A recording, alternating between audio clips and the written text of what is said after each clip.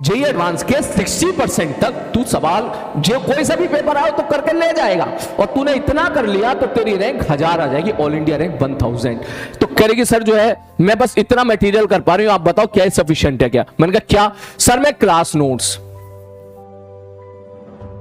Sir DPP, ठीक है sir. उसके बाद उसने बोला था एचसीबी नहीं, मॉड्यूल बोला था, मॉड्यूल।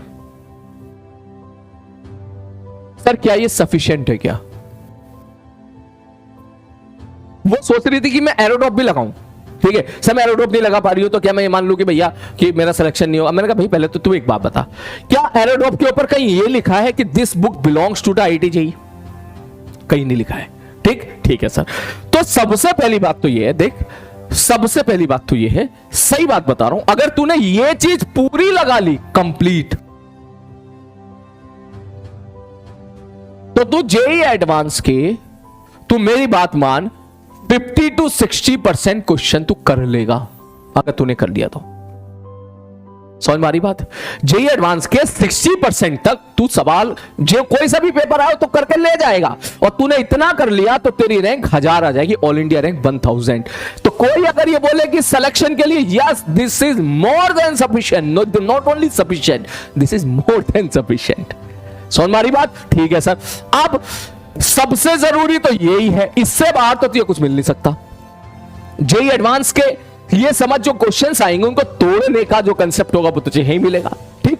और जेईई मेंस के तो सारे सवाल तुझे यहीं से दिख जाएंगे, उसकी टेंशन ना ली, वो तो तुझे सारे कंसेप्ट तुझे यहीं से दिख जाएंगे सारे के सारे।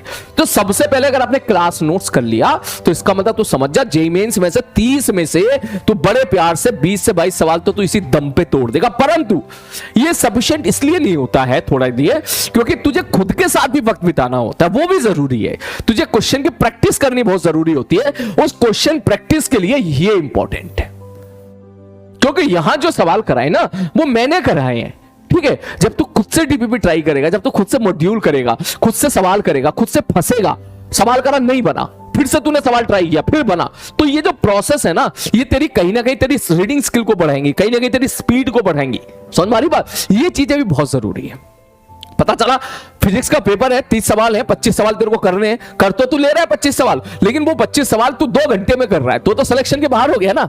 उन 25 सवालों को 1 घंटे के अंदर करना है, इनफैक्ट 55 मिनट के अंदर करना है। वो 55 मिनट का मतलब जल्दी से जल्दी कैसे क्वेश्चंस करें, उसके लिए तेरी घर पे बैठ के जल्दी से जल्दी क्वेश्चन करने की प्रैक्टिस अच्छी होनी चाहिए, सवाल पढ़ने की स्पीड अच्छी होनी चाहिए, सवाल किस तरह जल्दी से लैंग्वेज को क्रैक करना है, वो सारी चीजें आपकी इंप्रूव होनी चाहिए, कैलकुलेशन आपकी अच्छे से इंप्रूव होनी चाहिए, ठीक है। तो this is more than sufficient. इसके बाद अगर तू एचसीबी कर लेगा तो भैया तो सोने पे सुहागा है भैया, फिर तो सोने पे सुहागा है, ठीक है। लेकिन एचसीबी आप करो क्यों? क्योंकि सारे हिंदुस्तान के बच्चे एक कॉमन बुक जिसको सारे बच्चे फॉलो करते हैं वो है एचसीबी। जाहिर सी बात है तू भी समझ रहा है। मार्केट में किताबें और भी हैं लेकिन उनको कोई इतना ब्लाइंडली फॉलो नहीं करते हैं, लेकिन एचसीबी की किताबों को हर कोचिंग इंस्टीट्यूट में इसको डिस्कस कराई जाती है, कराना मतलब होमवर्क दिया जाता है। तो ये आप करो, अगर आप ये करोगे तो अपनी तुलना आप कर पाओगे बाकी लोगों से कि कहां आप स्टैंड कर रहे हो।